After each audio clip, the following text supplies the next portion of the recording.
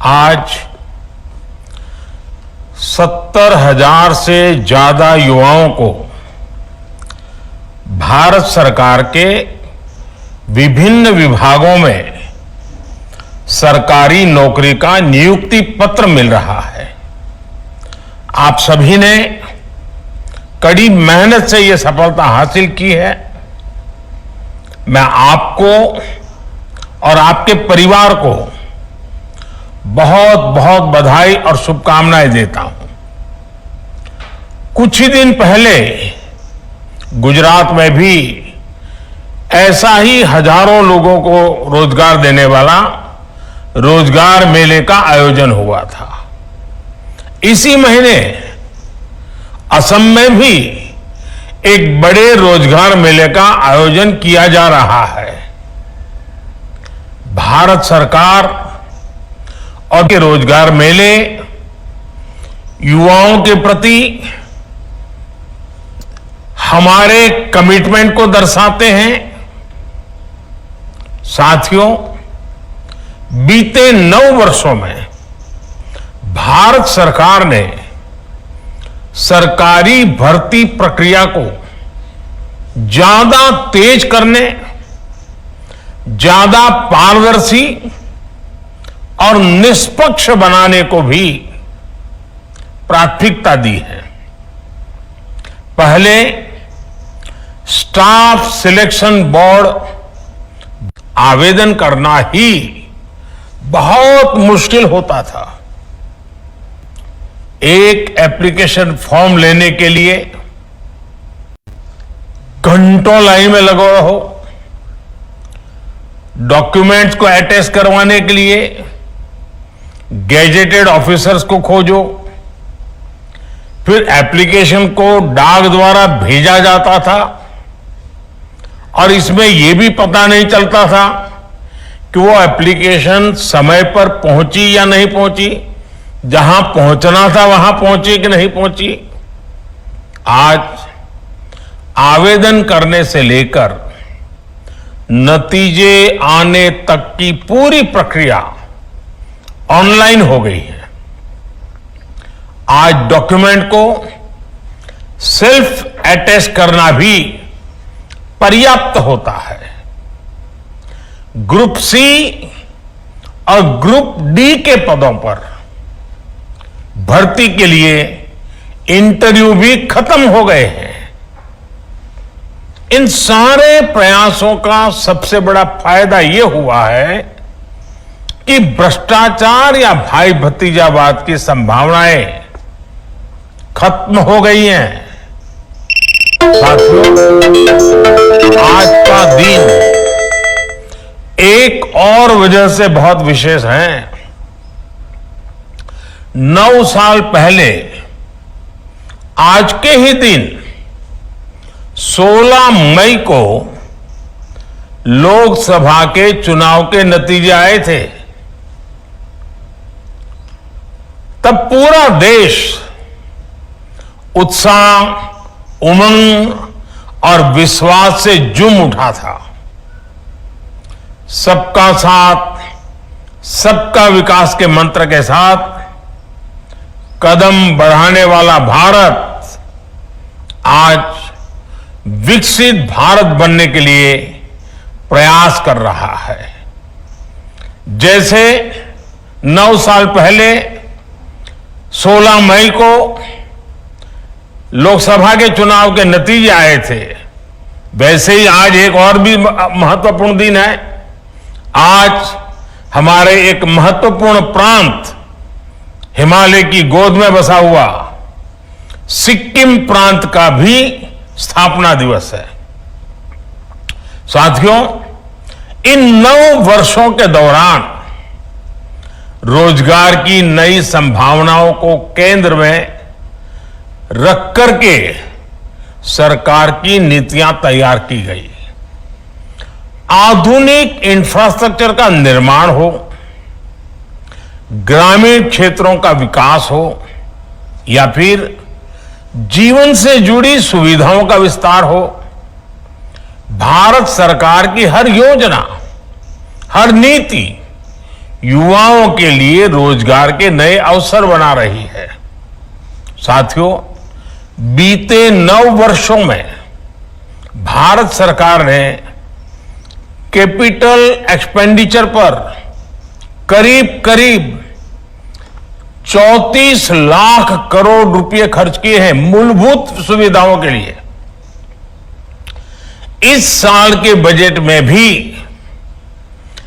Capital expenditure के लिए 10 लाख करोड़ रुपए तय किए गए हैं। इस राशि से देश में नए हाईवे बने हैं, नए एयरपोर्ट, नए रेल रूट, नए पुल, अनगिनत ऐसे आधुनिक इंफ्रास्ट्रक्चर के निर्माण से भी देश में लाखों नए रोजगार बने हैं। जिस स्पीड और स्केल पर आज भारत काम कर रहा है, यह भी आजादी के 75 साल के इतिहास में अभूतपूर्व है। रेल लाइन का इलेक्ट्रिफिकेशन हुआ है, यानी डबल। 2014 से पहले हमारे देश में हर महीने सिर्फ 600 मीटर नई मेट्रो लाइन बिछाई जा रही थी। आज भारत में हर महीने 6 किलोमीटर, उस समय हिसाब मीटर का था, आज हिसाब किलोमीटर का है। 6 किलोमीटर नई मेट्रो लाइन का काम पूरा हो रहा है। 2014 से पहले देश में 4 लाख किलोमीटर से भी कम ग्रामीण सड़कें थी। आज देश में 7.25 लाख किलोमीटर से भी ज्यादा ग्रामीण सड़कें हैं, ये भी करीब करीब डबल। 2014 से पहले देश में सिर्फ 74 एयरपोर्ट थे। आज देश में एयरपोर्ट की संख्या भी बढ़कर 150 के आसपास पहुंच रही है, ये भी डबल।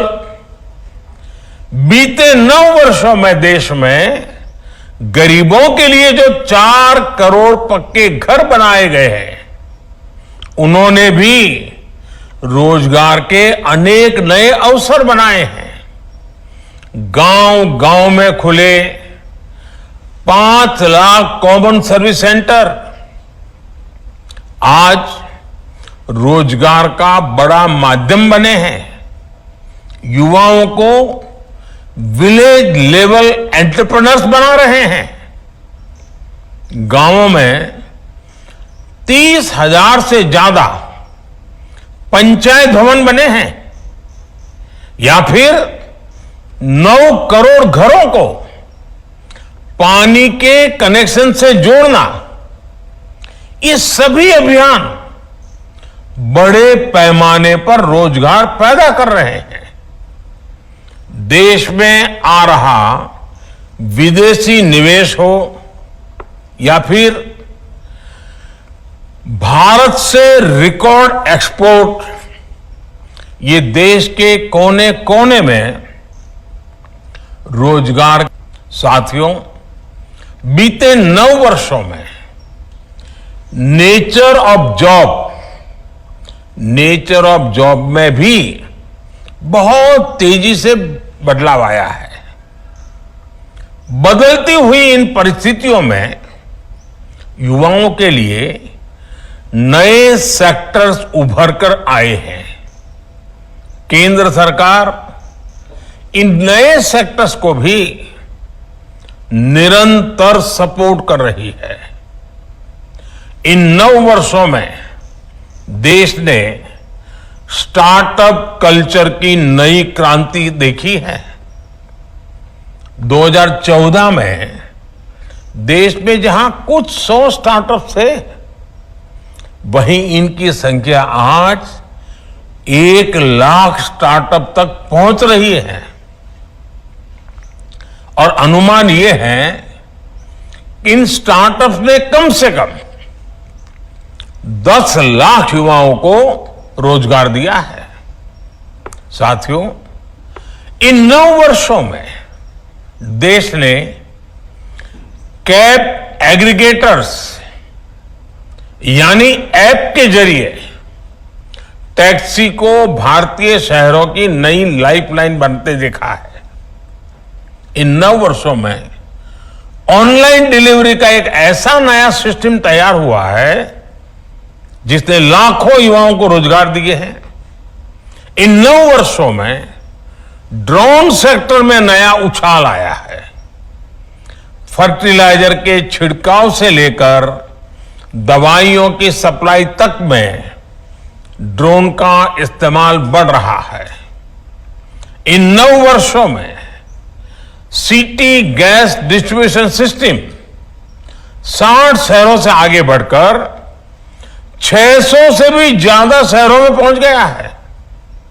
साथियों, बीते 9 वर्षों में भारत सरकार ने मुद्रा योजना के तहत 23 लाख करोड़ रुपए देश के युवाओं को दिए हैं। इस राशि से किसी ने अपना नया व्यापार कारोबार शुरू किया है, किसी ने टैक्सी खरीदी है, किसी ने अपनी दुकान का विस्तार किया है और इनकी संख्या लाखों में नहीं, मैं गर्व से कहता हूं ये संख्या आज करोड़ों में है।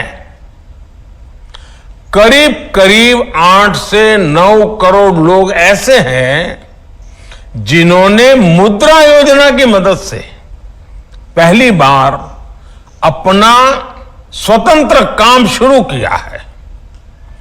आज जो आत्मनिर्भर भारत अभियान चल रहा है उसका भी आधार देश में मैन्युफैक्चरिंग के माध्यम से रोजगार का निर्माण करना है।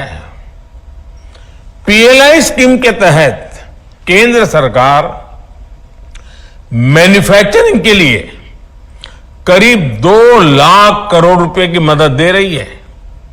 ये राशि भारत को दुनिया का मैन्युफैक्चरिंग हब बनाने के साथ ही लाखों युवाओं को रोजगार में भी सहायता करेगी। साथियों, भारत के युवाओं के पास अलग अलग सेक्टर्स में काम करने की स्किल रहनी बहुत जरूरी है। इसके लिए देश में उच्च शिक्षा संस्थानों, कौशल विकास संस्थानों का भी युद्ध स्तर पर निर्माण हो रहा है। साल 2014 से 2022 के बीच हर साल एक नया आईआईटी और एक नया आईआईएम तैयार हुआ है। पिछले 9 वर्षों में औसतन हर हफ्ते एक यूनिवर्सिटी और हर दिन एवरीडे 2 कॉलेज खोले गए हैं। हमारी सरकार आने से पहले देश में 720 के आसपास यूनिवर्सिटी थी। अब इनकी संख्या बढ़कर 1100 से ज्यादा हो गई है। 7 दशकों में देश में सिर्फ 7 एम्स तैयार किए गए थे। पिछले 9 वर्षों में हम 15 नए एम्स बनाने की तरफ बढ़े हैं। इनमें से कई अस्पतालों ने अपनी सेवाएं देनी भी शुरू कर दी है। 2014 तक पूरे देश में 400 से भी कम मेडिकल कॉलेज थे। आज इनकी संख्या लगभग 700 हो चुकी है। कॉलेज बढ़े तो स्वाभाविक तौर पर सीटों की संख्या भी बढ़ी है।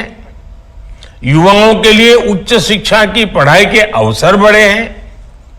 साल 2014 से पहले हमारे देश में एमबीबीएस और एमडी की सीटें सिर्फ 80,000 के आसपास ही होती थी। अब देश में एमबीबीएस और एमडी की सीटें बढ़कर, साथियों, किसी काम के लिए कौशल का विकास करने में हमारी आईटीआईज ये भी महत्वपूर्ण भूमिका निभा रही है। बीते 9 वर्षों में देश में लगभग हर रोज एवरीडे एक नई आईटीआई का निर्माण किया गया है। आज देश की करीब 15,000 आईटीआईज में देश की नई जरूरतों के मुताबिक नए कोर्सेज शुरू किए जा रहे हैं। पीएम कौशल विकास योजना के तहत अब तक 1.25 करोड़ से ज्यादा युवाओं को स्किल ट्रेनिंग भी दी गई है। साथियों, सरकार के इन प्रयासों से कितने ही नए सेक्टर्स में रोजगार के नए अवसर बन रहे हैं। मैं आपको सिर्फ एक उदाहरण देना चाहता हूं, ईपीएफओ का। अगर हम वर्ष 2018-19 के बाद के ईपीएफओ के नेट पेरोल के आंकड़ों को ही देखें तो 4.5 करोड़ से ज्यादा लोगों को फॉर्मल जॉब मिली हैं। एम्प्लॉयज प्रोविडेंट फंड ऑर्गेनाइजेशन का जो पेरोल डाटा है उसे साफ पता चलता है कि भारत में फॉर्मल जॉब में निरंतर वृद्धि हो रही है। फॉर्मल जॉब्स में इस वृद्धि के साथ ही देश में स्वरोजगार के मौके भी लगातार बढ़ रहे हैं। साथियों, बीते कुछ सप्ताह में जिस तरह की खबरें आई हैं वो भारत में इंडस्ट्री और इन्वेस्टमेंट को लेकर अभूतपूर्व पॉजिटिविटी को दिखाती है। कुछ दिन पहले ही मेरी मुलाकात वॉलमार्ट के सीईओ से हुई। उन्होंने विश्वास जताया कि उनकी कंपनी अगले 3-4 वर्षों में ही भारत में 80,000 करोड़ रुपए के सामान का एक्सपोर्ट करने लगेगी। हमारे जो युवा लॉजिस्टिक्स और सप्लाई चेन सेक्टर में काम करना चाहते हैं, ये इनके लिए बहुत बड़ी खबर है। सिस्को के सीईओ ने भी अपनी भारत यात्रा के दौरान मुझे बताया कि वो भारत में बने 8,000 करोड़ रुपए के प्रोडक्ट्स के एक्सपोर्ट का लक्ष्य लेकर चल रहे हैं। कुछ दिन पहले ही एप्पल के सीईओ भी भारत आए थे। भारत के उज्जवल भविष्य और खासकर मोबाइल मैन्युफैक्चरिंग को लेकर वो भी बहुत विश्वास से भरे हुए थे। दुनिया के मशहूर सेमीकंडक्टर कंपनी एनएक्सपी, इसके टॉप एग्जीक्यूटिव भी हाल ही में मुझसे मिले हैं। वो भारत के सेमीकंडक्टर इकोसिस्टम के निर्माण और उसके सामर्थ्य को लेकर बहुत पॉजिटिव है। फॉक्सकॉन ने भी भारत में अनेक प्रोजेक्ट्स में हजारों करोड़ रुपए का निवेश शुरू कर दिया है। अगले एक सप्ताह में दुनिया की बड़ी कंपनियों के बहुत सारे सीईओ से फिर से एक बार मेरे मिलना होने वाला है। वे सभी भारत में निवेश के लिए जोश से भरे हुए हैं। ये सारी बातें, ये सारे प्रयास दर्शाते हैं कि भारत में अलग अलग सेक्टर्स में कितनी तेजी से रोजगार के नए अवसर बन रहे हैं। साथियों, देश में चल रहे विकास के इस महायज्ञ में इतने बड़े परिवर्तनों में अब आपकी सीधी भूमिका होगी।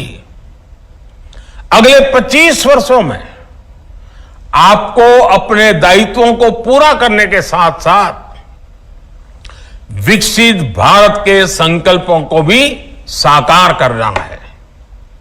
मेरा आप सबसे आग्रह है कि इस अवसर का भरपूर उपयोग करें। आज से आपके जीवन में सीखने का भी एक नया दौर शुरू हो रहा है।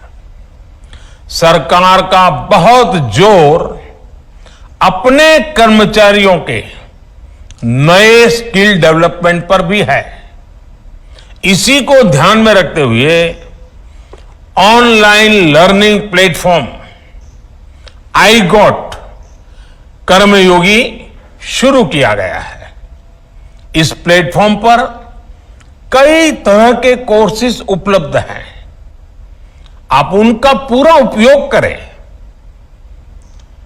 आपकी क्षमता जितनी बढ़ेगी इतना अपने कार्य पर सकारात्मक प्रभाव पड़ेगा और क्षमतावान लोगों के कारण कार्य पर जो सकारात्मक प्रभाव होता है उसका प्रभाव देश की सभी गतिविधियों में सकारात्मकता को गति देता है। आज इस महत्वपूर्ण अवसर पर आपके जीवन के एक बहुत महत्वपूर्ण पड़ाव पर मैं एक बार फिर आपको तो बधाई देता ही देता हूं, आपकी नई यात्रा के लिए शुभकामनाएं देता हूं। साथ साथ आपके परिजनों को भी, आपके परिवारजनों को भी, क्योंकि उन्होंने भी आपको बड़ी आशा, अपेक्षा और उमंग के साथ जीवन में आगे बढ़ने के लिए बहुत कुछ दिया है। आज उनको भी मैं अनेक अनेक शुभकामनाएं देता हूं। आपके उज्जवल भविष्य के लिए प्रार्थना करते हुए फिर एक बार बहुत बहुत धन्यवाद।